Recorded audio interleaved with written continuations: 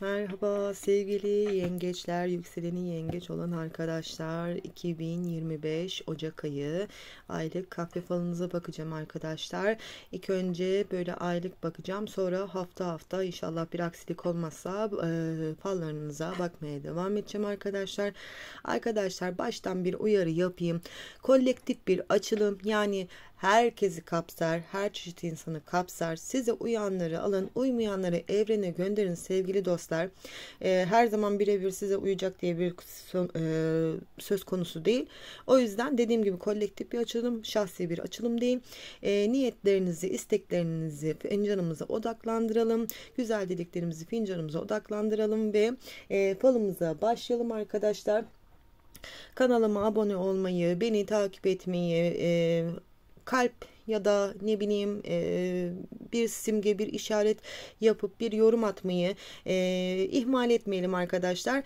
Sizler için burada bakın, fallara bakıyorum, emek harcıyorum. Bana bu şekilde teşekkür de edebilirsiniz ya da bana selam verebilirsiniz arkadaşlar. Hepinizi çok seviyorum ve diyorum ki neyse halınız çıksın falınız. Sevgili yengeçler, yükseli yengeç olan arkadaşlar, bakalım neler var falınızda. Şöyle falınızın içini bir göstereyim sizlere.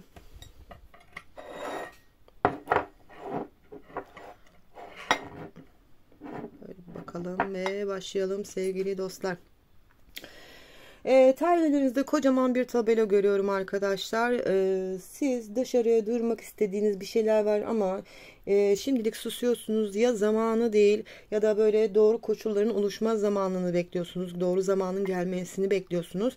Bu koşullar ve istediğiniz zaman oluştuğunda böyle sanki bangır bangır bağıracakmışsınız da bazı şeyleri karşınızdakilere duyuracaksınız diyor sevgili dostlar, telvelerimiz. Maşallah çok sabırlısınız.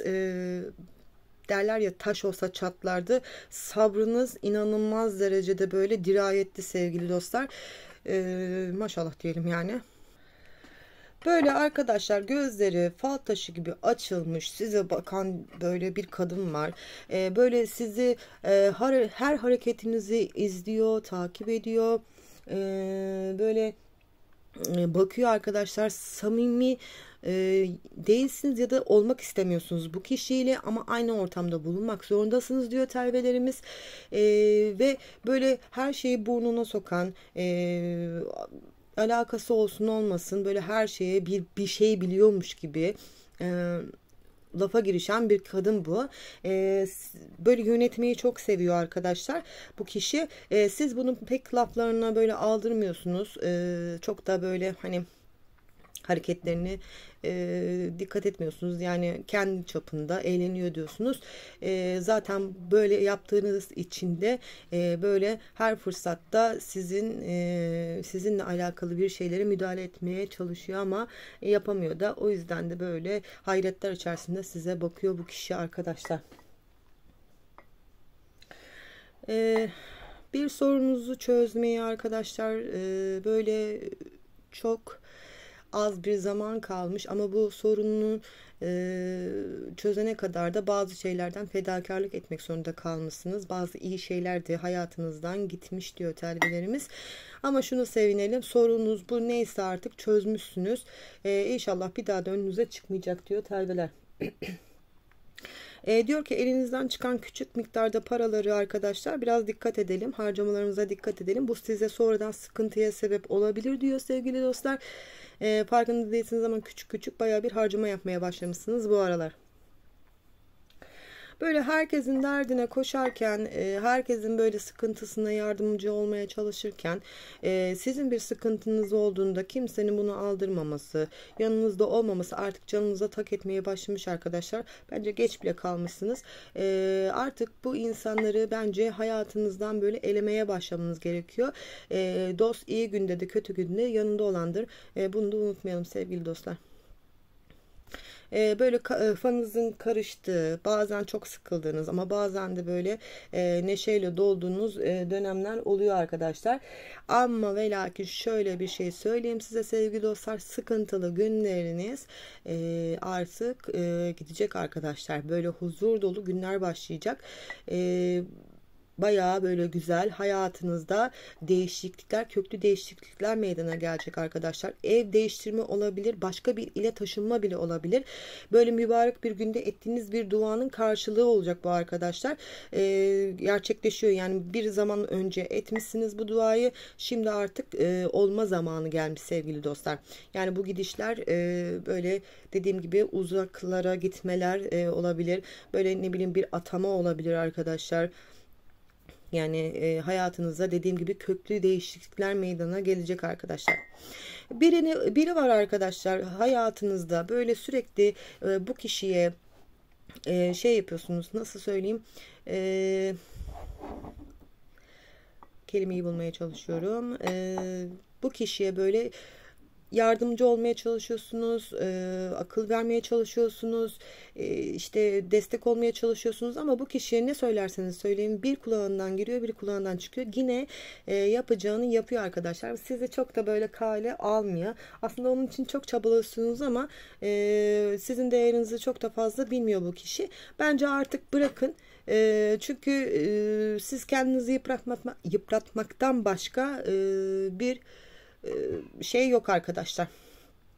Yani bir durum olmuyor. Siz sadece kendinizi yıpratıyorsunuz sevgili dostlar.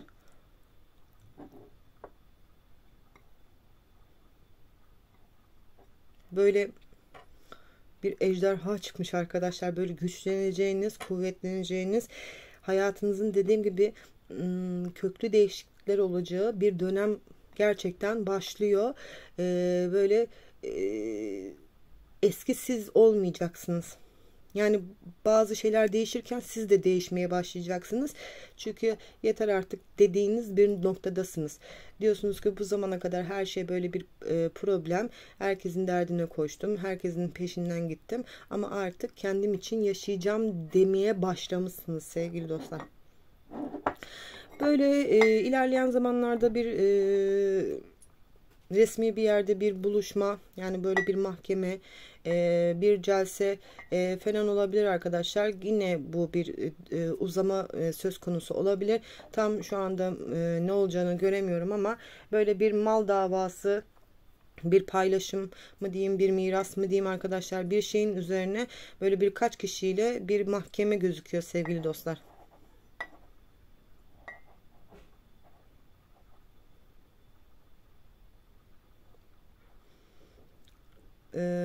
Yaşınız kaç bilmiyorum ama hayatınızın zirvesini yaşayacaksınız arkadaşlar. Hayatınızın zirvesini yaşamaya başlayacaksınız sevgili dostlar. Diyor telvelerimiz. Bakalım tabağımızdaki bir şeyler var mı? Bakın. Gidiyor dertlerimiz, sıkıntılarımız, paralarımız geliyor. Büyük bir ev geliyor. Hayalini kurduğunuz bir ev mi var arkadaşlar bilmiyorum ama ve lakin çevrenizdekileri de dikkat edin. Hayatınıza bakın.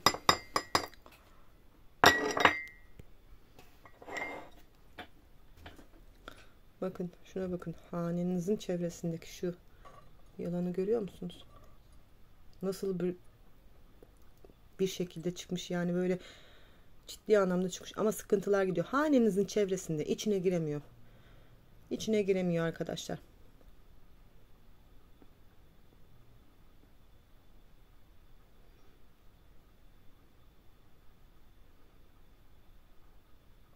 Kendinize dikkat etmenizi söylüyor telvilerimiz. Sağlık konusunda biraz böyle bazı şeyleri çok hafife alıyorsunuz arkadaşlar.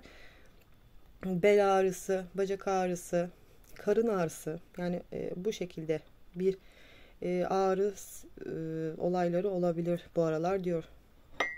Soğuklara dikkat diyelim. Ben genellikle bunu soğuğa yoruyorum arkadaşlar.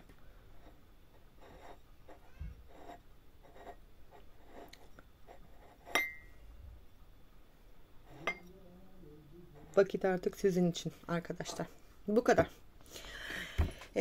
Ocak ayı 2025. Yengeç, yükselen yengeç olan arkadaşlar için falım bu kadar arkadaşlar. Hafta hafta fallarımıza da bakmaya başlayacağız. İnşallah faldan memnun kalmışsınızdır. Dediğim gibi kolektif bir açılım. Herkes için farklı yorumlara olabilir arkadaşlar. Hepinizi çok seviyorum. Saygımla selamlarımı gönderiyorum. Beni takip etmeyi, izlemeyi unutmayın arkadaşlar. Hoşça kalın.